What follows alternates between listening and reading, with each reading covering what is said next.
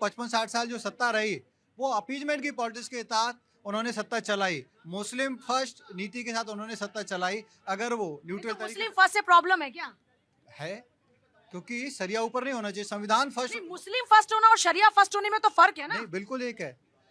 Indian first होना चाहिए, हिंदुस्तानी first होना चाहिए, मुस्लिम फर्स्ट क्यों? सभी जैसे आदरणीय प्राइम मिनिस्टर मोदी जी 140 करोड़ भारतीयों को भारतीय मानते हैं, ना वो मुसलमान मानते, ना हिंदू मानते, ना सिख मानते, ना ईसाई मानते हैं। तो कांग्रेस ने क्यों नहीं सभी को एक माना? कमजोरों जैसे जैसे जो जो अभी तक की सरकारें रही उनको लगता था कि मुसलमान कमजोर है, पीछे है, उनको आगे लाना है, इसलिए उनका हक ज्यादा हो जाता है या इसलिए उनको ज्यादा फैसिलिटीज भी गलत है, फिर भी गलत है। मुस्लिम फर्स्ट गलत है, हिंदुस्तानी फर्स्ट जरूरी है। क्योंकि जब आप मुस्लिम फर्स्ट करते हो तो वो कहता है कि सरिया फर्स्ट, संविधान सेकंड, और सरिया फर्स्ट की वजह से ये सारी प्रॉब्लम क्रिएट हुई है। क्या हाजी नाज़िम जी, फिर मैं आपके पास देखिए, अब जब झूठ का ही बाजार चल रहा है तो अब हाजी नाजिम खान की सच्चाई पे तो कोई विश्वास नहीं करेगा। हाजी नाजिम खान अपनी जनता के सामने कहता है। अब देखिए भाई, मैं ये कहता हूँ कि मैं अपनी जनता के सामने कह रहा हूँ, हाजी नाजिम खान का सिर्फ और सिर्फ संविधान सर्वोपरि है।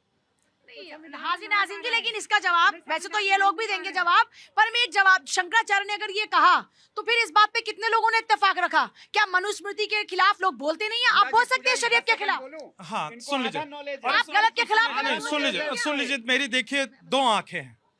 एक आंख से मैं अपने भारत का संविधान देखता हूँ और दूसरे से मैं अपने मजहब इस्लाम। अब मेरी तो दोनों आंखें, मैं अपनी दोनों आंखों में से कैसे कह दूं कि मेरी एक आंख खराब है? मेरे लिए तो दोनों अजीज हैं। लेकिन बात जब यहाँ पे आती है, यहाँ सिर्फ और अभी एक मेरे भाई थे, मैं उनकी बात से बड़ा मुतमईन था। उन्होंने कहा कि आतंकवादियों की लाशें भारत में नहीं दफनानी चाहिए। तो देखिए, बिल्कुल मैं सम्मान करता हूँ उस भाई का, और मैं भारत सरकार से कहता हूँ, और भाजपा के प्रवक्ता है कि भारत का एक हाजी नाजिम और मुस्लिम समाज और पीस पार्टी आपत्ति करती है कि अगर कोई भी आतंकवादी को मेरी आर्मी की सेना भारत के अंदर मारती है तो आतंकवादी मान कर रहे हैं। सुन तो लीजिए, मैं नहीं, अब बात तो सुन लीजिए। उनके लाशों, दफनाने वाली बात कहां से आई? पूजा जी, मैं कह रहा हूँ उनकी लाशों को भारत की एक सवाल पब्लिक ने और भी पूछा। जिन एपीजे आप एक सेकंड, जिन कलाम साहब का आप जिक्र बार बार करते हैं, उन कलाम साहब के जनाजे में कितने लोग थे और दूसरा एक आतंकी के जनाजे में कितने लोग थे? हाँ, देखिए ये, और सुन लीजिए, आप याकूब मेमन की बात करते हैं। हाजी नाजिम खान अपने डॉक्टर एपीजे अब्दुल कलाम साहब के विचारधारों के साथ खड़ा है। और रही बात ये, नहीं, सवाल ये नहीं है, सवाल ये कि उनके साथ उनके जनाजे में कितने लोग थे? हाँ, मैं वही चीज तो कहना चाहता हूँ। जिनके नाम का डंका पीटते हो, जिनके नाम पर ये कहते हो कि वो भी मुसलमान थे, उन्हीं मुसलमान के साथ में कितने लोग खड़े थे जनाजे में? हाँ, मैं वही कह रहा हूँ, डॉक्टर एपीजे अब्दुल कलाम साहब के साथ सब भारत के ढाल बनाने के लिए आप सब भारतीयों को खड़ा होना चाहिए। लेकिन जो लोग बुरहान के मैयत पे थे, हाजी नाजिम खान उनकी मुखालफत करता है।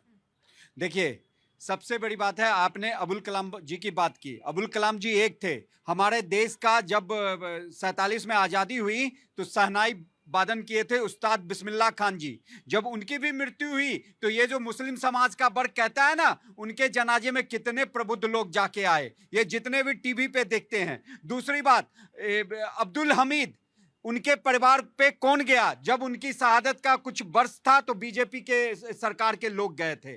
तो यहाँ पे हम उस तरीके के विचारधारा के मुसलमान को अपने में समाहित करना चाहते हैं। आज अगर बिहार के गवर्नर हैं, मैं उनका नाम मिस कर रहा हूं, उनकी विचारधारा देखो, ये दूसरे मुस्लिम जो है वो उनकी विचारधारा से मेल नहीं खाते, क्योंकि वो आज मुस्लिम समाज में उनसे बड़ा, चाहे शरिया हो, चाहे मुस्लिम का लॉ हो, चाहे कुरान हो, उनसे बड़ा ज्ञानी कोई नहीं है भारत में।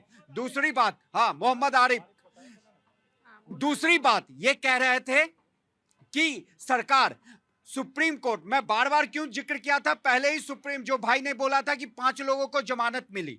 मैं बार बार कहता हूं कि हमारे यहां जुडिशियल रिफॉर्म्स की जरूरत है, क्योंकि अगर कोई भी देश के खिलाफ बोलता है, देश के खिलाफ क्या बोलना, पाकिस्तान जिंदाबाद। आपको याद होगा, साउथ के राज्यों में कोई राज्यसभा का सीट जीता था और वो मुस्लिम बहुल क्षेत्र था, वहां पे राज्यसभा की सीट जीतने पे वहां पे पाकिस्तान जिंदाबाद के नारे लगाए। क्या हमारे देश का कोर्ट ये तय नहीं कर सकता कि अगर देश में कोई पाकिस्तान जिंदाबाद के नारे, पाकिस्तान का फ्लैग लगाता है तो उसको कड़ी सजा मिले?